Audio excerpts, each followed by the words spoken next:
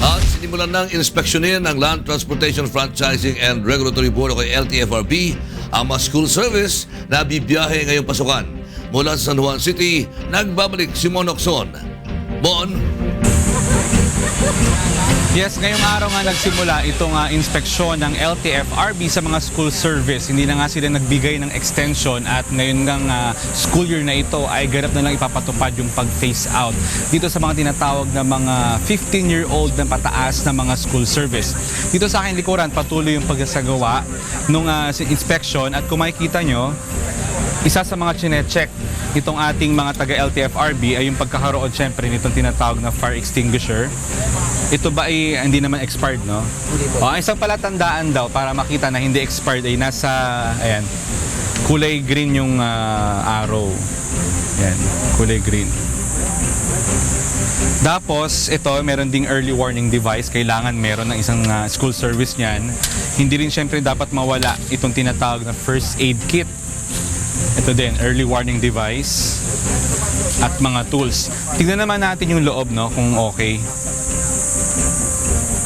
So kung markings lang ang pag-uusapan, okay din naman, merong proper markings yung school service. At dito sa loob, ayan, chinecheck din. Ayan. Chinecheck kung matibay itong mga, okay ba kuya? Yung mga seat belts. Isa sa mga pamantayan ngayon ng LTFRB, dapat lahat ng mga school service front-facing itong mga upuan. So dapat nakaharap dito sa may driver. Tulad nito, ayan, yung seatbelt niya okay naman. Chinecheck nila isa-isa. Seatbelt. Ayan. Meron ding aircon. Itong unit na ito na tinitignan natin, sabi nung may-ari, 4,500 monthly yung kanyang sinisingil sa mga bawat estudyante yun, 4,500. Tapos mag-a-add pa siya ng 300.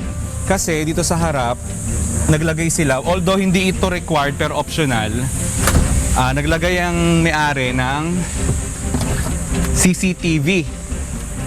Ito. Merong CCTV. Optional lang naman yan, hindi naman record ng LTFRB pero maganda rin naman at meron silang inilagay na ganito. So ito yung pumasa, no? Isa sa mga pumasa na school service na ini-inspeksyon ng LTFRB. Pero tignan natin, meron kasing mga hindi front-facing na mga sasakyan gaya ng mga ginagamit ngayon. Tingnan natin to.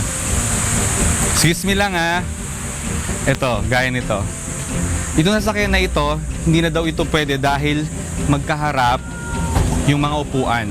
Dapat front-facing. So pag ganito ang school service, hindi na yan papayagan. Ngayon nag-i-inspeksyon ng LTFRB pero sa susunod na pagkakataon, pagbalik nila at nakitang ganito pa rin, itong mga upuan na ito magkaharap, hindi na ito papayagan.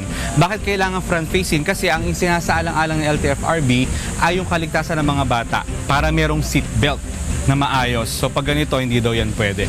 So basically, ang nangyayari ngayon ay patuloy yung pag-ikot ng LTFRB sa iba't ibang mga eskwelahan upang inspeksyonin itong mga school service dahil nga sa June 13 ay simula na muli itong pasok at marami sa mga estudyante ang umuupa ng mga school service at para matiyak na ligtas itong kanilang kalagayan ay isinasagawa ng LTFRB taon-taon itong kanilang inspeksyon. So yun ang ating update mula dito sa may Lasal Green Hills. Balik muna sa inyo sa studio. Maraming salamat, Mon Locson, nagulat mula sa San Juan City.